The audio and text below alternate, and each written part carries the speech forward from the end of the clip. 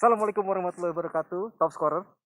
Jumpa lagi di Warjok Olahraga di channel YouTube topscorer.id bersama gue Ricky dan rekan gue. Halo, saya Mas Det. Selamat pagi. Kita lagi di mana nih Mas Det? Ini tempatnya istimewa ini. Kita di markas besar TNI Angkatan Udara di Cilangkap. Kita mau ngapain nih di sini nih Mas Det? Gini, kita ini akan berbincang dengan seorang pejabat di sini namanya Marsma TNI Donald Kasenda. Dia Kepala Dinas Pengamanan dan Persandian Angkatan Udara. Dia juga menjabat sebagai Ketua Bidang Tinju Komite Olahraga Militer TNI AU. Keren banget nih. Jadi kalau kita lihat nih, kita lihat di belakang ini. Ini Pak Donald ini, pimpinannya ini langsung yang bertanggung jawab, pembina, wah udah segalanya lah dia yang ngurus ini gitu. Kita bincang-bincang soal pembinaan tinju oleh TNI Angkatan Udara seperti kita tahu Ki. Mending lengkapi kita langsung ketemu aja sama orangnya. Oh iya. Iya. Udah siap ya? Top Scorer kita dalam aja.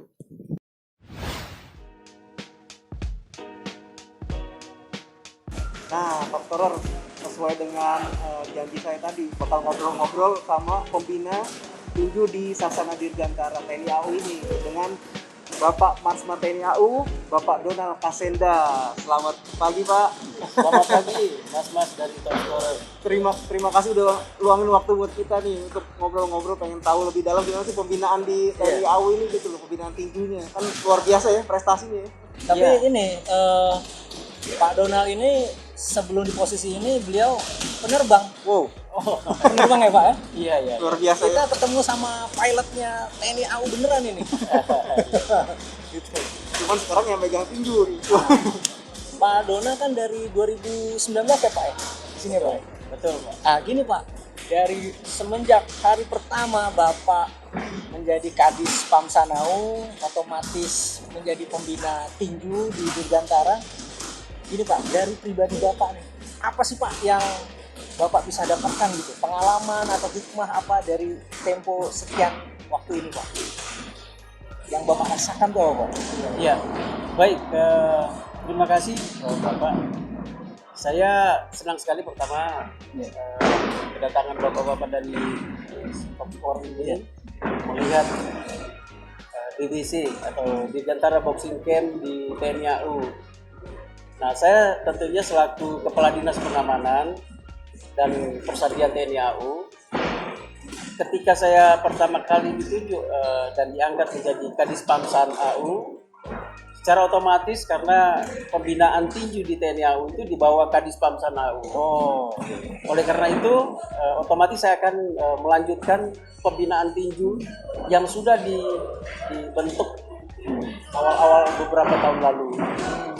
Nah, dihadapkan dengan kegiatan selaku pembina, saya memang senang olahraga, Mas. Kebetulan saya juga ketua Taekwondo Jakarta Timur. Oh atlet Pak? Jadi ya. Jadi saya Nyambung ya? Ya nyambung lah. Nah, tentunya begitu diberi tugas sebagai Kadis Pamsan, saya ya nyambung dengan hobi saya olahraga juga, sehingga saya mengembangkan tinju di TNI AU DBC ini. Gitu.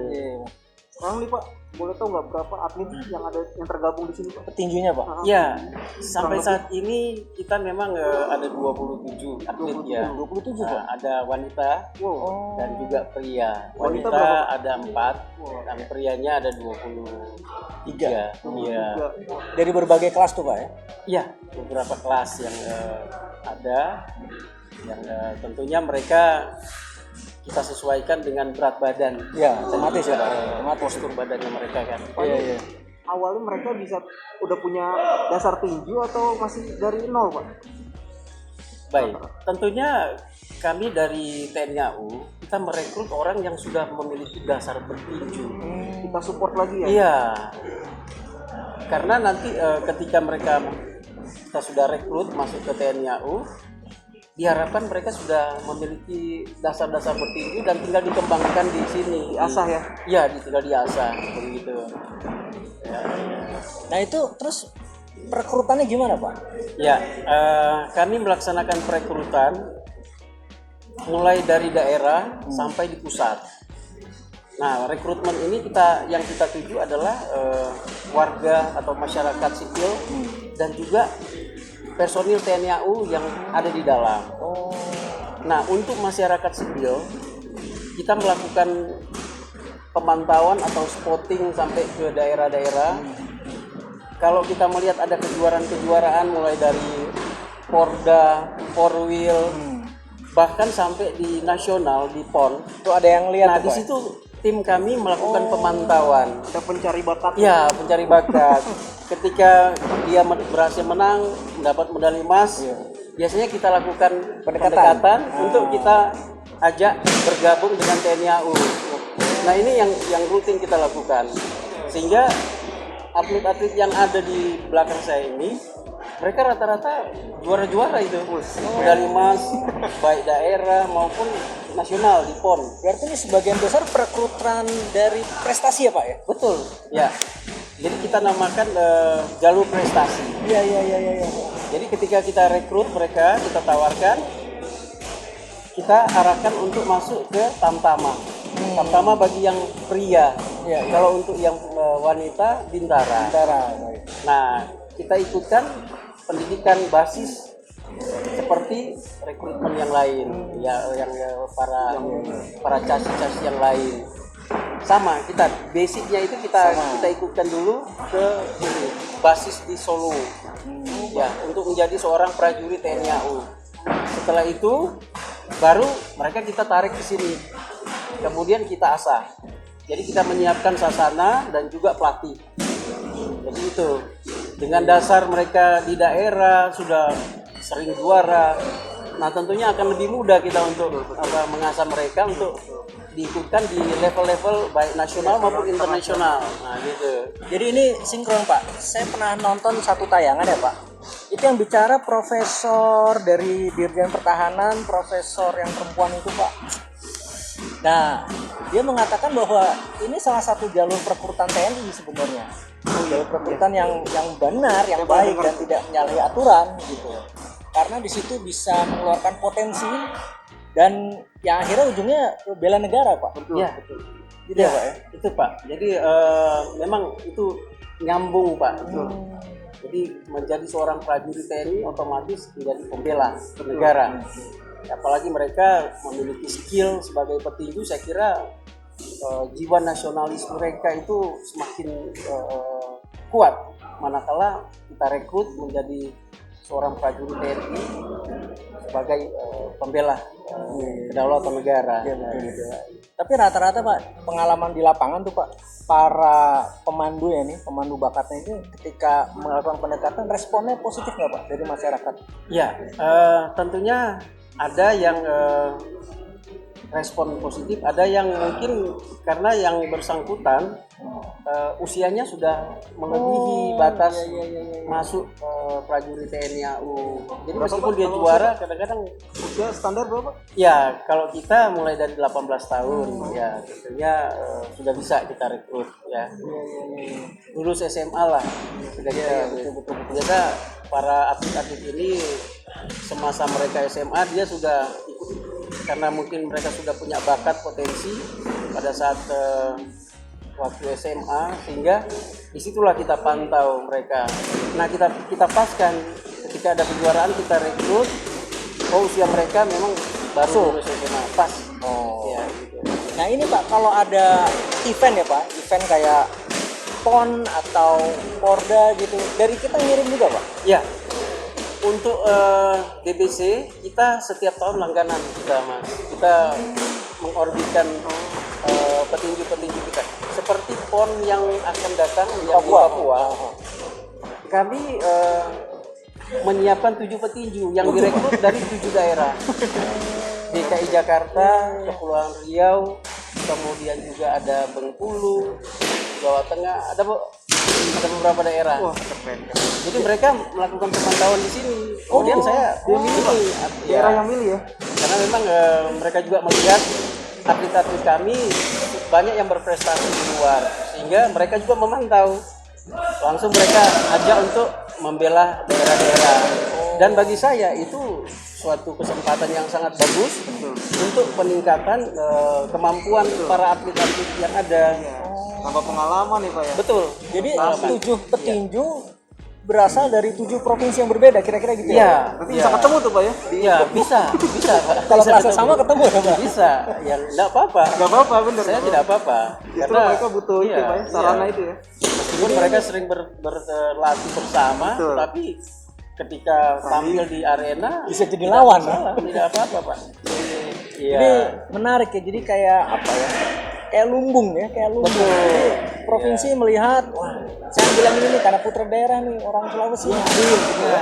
Ambil gitu. Ya sebenarnya dibantu juga udah diasah kan dari dasar. Oh iya, ya kan? terima kasih, terima jadi. Yang capek Pak Donald nih. Nanti Pak kalau dari atlet Sasana Dirgantara sendiri prestasinya sudah sejauh mana sih Pak? Ya, kita tentunya prestasi kita bagus-bagus ini anak-anak ini, karena memang pola pembinaan yang kami lakukan juga berlanjut ya, dan teratur terarah, sehingga menghasilkan petinju-petinju yang berprestasi baik di tingkat daerah, nasional maupun internasional. Untuk di tingkat internasional, pada tahun lalu kami berhasil mengorbitkan satu petinju atas nama Pratu Ongen. Ya. Ada mungkin gambarnya itu yang Pratu Ongen.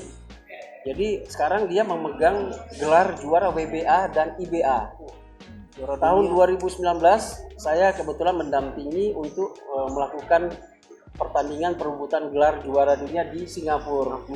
Dan pada saat itu Pratu Ongen berhasil memukul KO petinju Thailand. Thailand. Iya, luar biasa.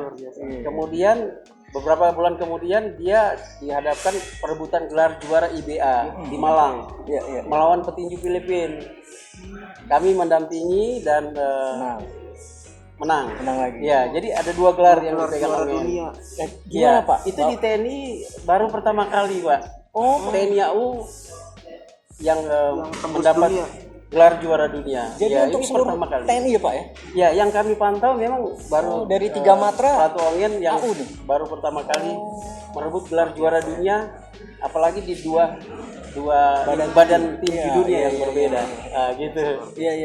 Iya. Nah itu Pak, waktu Bapak mendampingi Pratu Ongen bertarung di Singapura dan di Malang, itu lalu menang, gimana Pak rasanya? Tentunya saya merasa bangga ya Mas ya, karena apa yang menjadi harapan usaha kita ya kan, pola pembinaan yang keras ya anak-anak ini, sehingga bisa mereka buktikan bahwa tidak sia-sia apa yang mereka lakukan dalam hal pelatihan setiap hari. Kemudian mereka berhasil merebut gelar juara dunia, itu sangat luar biasa. Dan saya sangat-sangat merasa bangga dan merasa puas. Ikutan teriak-teriak dong Pak? Wah ya pastinya. Sampai ikut ke kampung kami nih Pak ya? Pasti. Nah kebetulan perhatian pimpinan TNI AU dalam hal ini Bapak Kasau sangat luar biasa. Bagi prajurit yang berprestasi diberikan reward, penghargaan. Pada saat Ongen juara dunia waktu itu tahun lalu, kami langsung diperintahkan Kepala Staf Angkatan Udara untuk menghantar Pratu Ongen ke kampung halamannya di Pulau Buru di Ambon dengan pesawat khusus dari TNI AU. Bapak ikut tuh Pak? Ya, kebetulan saya yang mengantar sebagai ketua rombongan sampai di Pulau Buru yang belum pernah kita datangi Pak.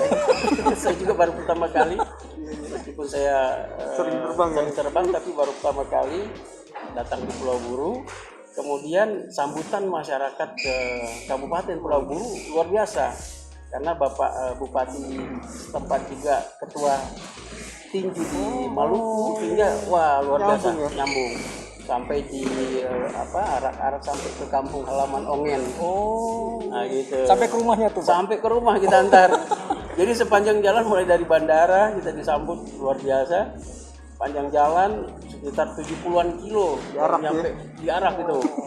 Iya. Nah, itu luar biasa. Saya merasa senang dan bangga ya. Nah ini Pak, tadi Bapak nyebut pola latihan keras. Ya. Gimana Pak kalau pola keras Pak? Kalau jadi nggak bisa main-main jadi petinju. Ya betul Pak. Jadi kita sebagai contoh pagi-pagi anak-anak ini dia sudah lari satu putaran ini kan luas sekali Pak ini. Kurang lebih kesatrian ini 10 kilo dia sudah lari. 10 kilo. Udah 10 kilo Pak itu. Berapa putaran, Pak? Baru sarapan itu. Kan satu keliling itu 10 kilo. Ya, Jadi satu aja. satu keliling apa namanya kesatuan ini 10 kilo. 10 kilo. Sehingga ya itu makanan mereka sebelum mereka latihan teknik ya. Terus tambah latihan teknik berapa lama Pak biasanya? Sudah diatur sama pelatih pagi bisa 2 jam. Karena mereka juga sebagai prajurit. Jadi bukan petinju saja, tapi dia melaksanakan tugas-tugas sebagai prajurit juga. Kita tempatkan di satuan di bawah Dispamsan, ada bidang personil, kemudian kita tempatkan di situ, mereka juga ikut Kerja ya. bekerja. Iya, bekerja. Setelah itu sore dia berlatih. Ya, jadi gitu. Iya. Nah, kan ini ada 27 ya, 27 rekrutan prestasi ya kurang lebih gitu ya. Berarti petinju di luar sana yang masih muda-muda, yang masih pada latihan-latihan, pada kepengen nggak Pak? Ya tentunya kepengen. Ya. Udah mulai tanya-tanya gitu. Banyak sekali yang menanyakan. Oh, gitu, Pak, ya? Apalagi melihat Pratu Ongin juara dunia. Wah, banyak yang datang ke saya, menelpon, Oh iya, Pak? datang ke kantor. Karena kepercayaan itu. Mereka ingin anak-anak mereka untuk bergabung dengan TNI AU.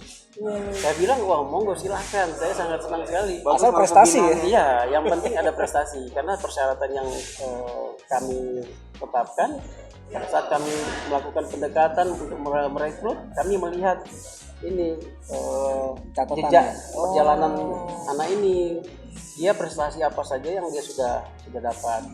Ya minimal daerah lah. Porda dia juara, itu kita batasin di situ.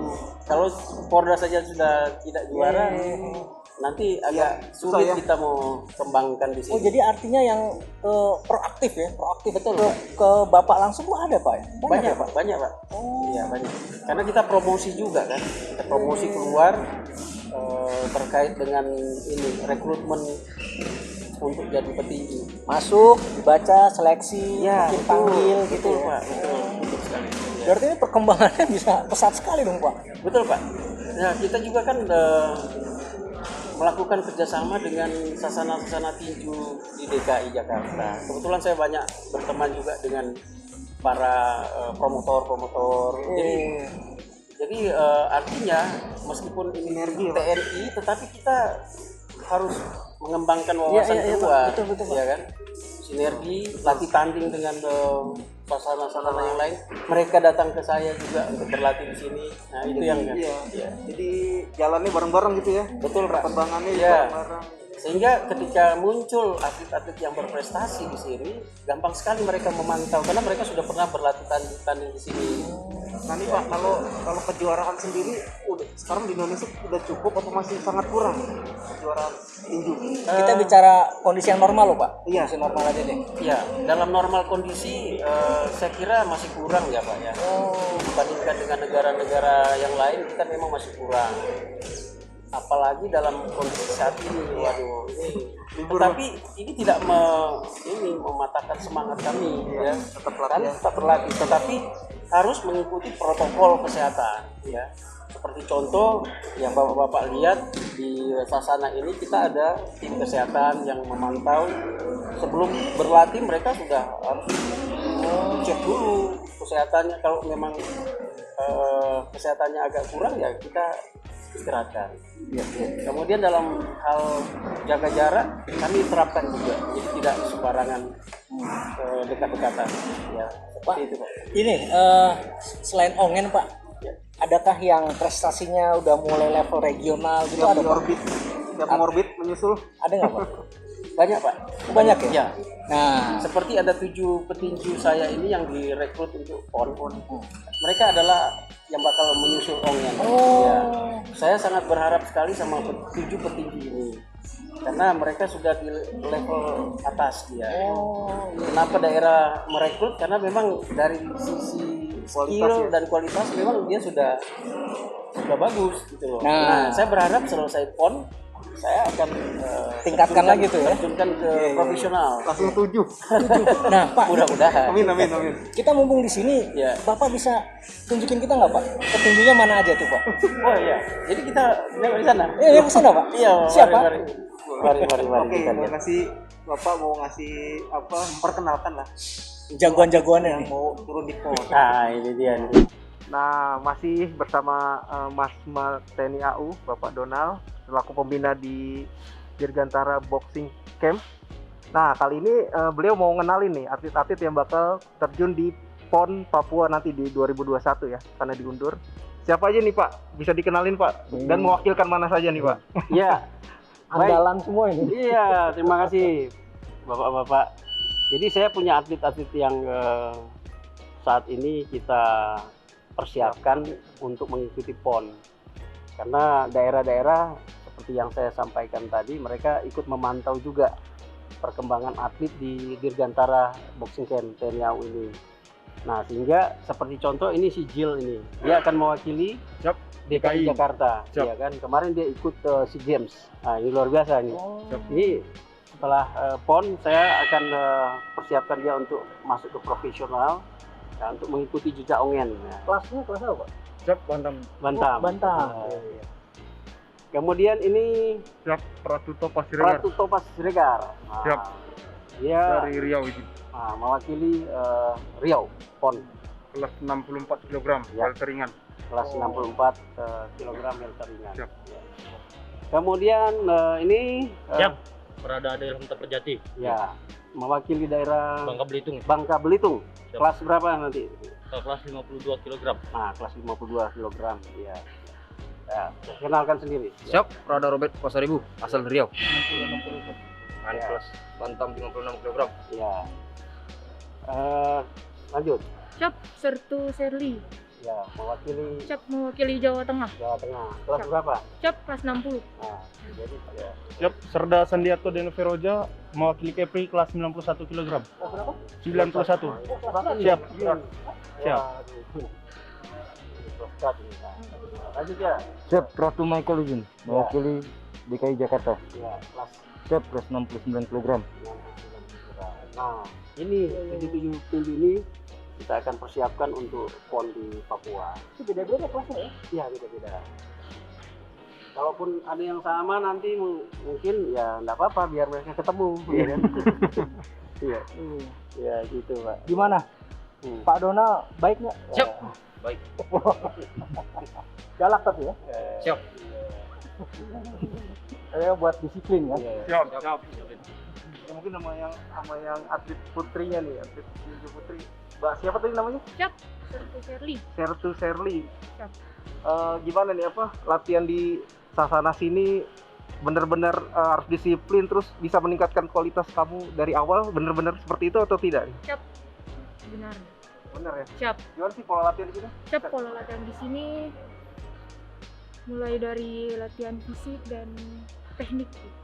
Cap Mulai dari tahun berapa di sini? Cap dari tahun 2014. Oh 2014 tuh. Siap. Cukup lama ya. Nanti kalau dari Bapak sendiri harapan buat atlet-atlet di PON nanti, terus harapan untuk Sasana ini sendiri gimana Pak? Harapannya ke depan, targetnya seperti apa? Iya, baik. Tentunya dengan mereka direkrut untuk mewakili daerah di PON nanti, harapan saya mereka bisa berprestasi, ya kan? Mereka tunjukkan bahwa apa yang mereka sudah lakukan, dia tunjukkan di sana harus menjadi yang terbaik. Nanti setelah itu ke depan saya akan programkan mereka untuk masuk ke profesional. Di profesional lain lagi dia punya tantangan ke depan. Nah, saya berharap ada kesinambungan. Jadi Ongen sudah mencontohkan juara dunia di profesional, mereka juga akan mengikuti jejak Ongen untuk menjadi juara dunia di masa yang akan datang. Nah, ini tentunya harapan kami yang ada di Dirgantara Boxing Camp di bawah pimpinan Kepala Staf Angkatan Udara. Kami tentunya bertekad untuk menunjukkan bahwa Dirgantara Boxing Camp dapat menghasilkan atlet-atlet yang terbaik dan membawa harum nama bangsa dan juga TNI Angkatan Udara. Gitu Mas. Kalau terakhir, kalau kunci sukses ini kan prestasi sudah banyak ya Pak ya. Kalau kunci sukses yang Bapak pegang untuk membina ini apa sih Pak? Kuncinya Pak? Ya, kunci sukses yang Prinsipnya. kami lakukan yang pertama adalah disiplin. Oke, Ya, disiplin anak-anak ini benar-benar saya tekankan mereka berlatih setiap hari harus sesuai dengan waktu yang sudah ditentukan. Kemudian teknik-teknik yang sudah diajarkan oleh pelatih benar-benar harus mereka ikuti, cermati dan laksanakan. Nah, dengan adanya seperti itu tentunya dengan modal dasar mereka yang sudah memiliki bakat dan potensi tinju, saya kira akan bisa mendapatkan hasil yang terbaik di masa yang akan datang. Amin, Nah, amin, gitu. amin. Ini calon penerus Daud Yordan, Pak. Kelasnya sama kan sama Daud Yordan? Bener Pak. Iya kan? 63,5 itu. Kelas ringan super atau berat ringan kan? Sama kayak Daud Yordan. Daud Yordan, Pak. ya betul. Mau jadi Daud Yordan. Oh iya lah, harus lah. Posturnya juga sama ya. Sama iya, kurang lebih sama. Oke Mas Dit, udah. Pak, terakhir. Ya. Pesan-pesan Bapak untuk generasi muda di Indonesia nih. Tadi kita diperkenalkan pemuda-pemuda yang memang bela negara, berprestasi, dia bergabung di tempat yang paling tepat di sini. Nah, adakah pesannya Pak buat generasi muda kita Pak? Baik, terima kasih. Pesan saya kepada generasi muda yang ada di seluruh wilayah NKRI ini, mari kita bergabung dengan TNI Angkatan Udara melalui jalur prestasi tinju. Kami siap untuk merekrut para generasi muda yang berprestasi atau memiliki potensi di bidang tinju untuk kami ajak bergabung dengan TNI Angkatan Udara. Untuk itu persiapkan diri dan juga berlatih dan tunjukkan prestasi sehingga kami bisa merekrut adik-adik generasi muda penerus petinju-petinju untuk mengharumkan nama TNI AU dan juga nama negara Kesatuan Republik Indonesia. Itu pesan saya. Ya. Jadi ini lowongan resmi nih ya. Resmi. Membuka lowongan. Iya, Ya, mari. prestasi syaratnya dong. Iya. Terus yang mau masuk juga banyak sebenarnya. Betul. Cuma syaratnya ada syarat prestasinya ya. Kalau Iya. kamu bisa menunjukkan prestasi, bisa masuk sini. Iya. Oke, terima kasih Pak Marsma TNI AU, Bapak Donald Kasenda. Terima kasih atas waktunya teman-teman. Terima kasih waktunya. Untuk Terima kasih. ya, untuk kru yang bertugas juga terima kasih. Salam dari kami Top Score, salam olahraga. Salam olahraga.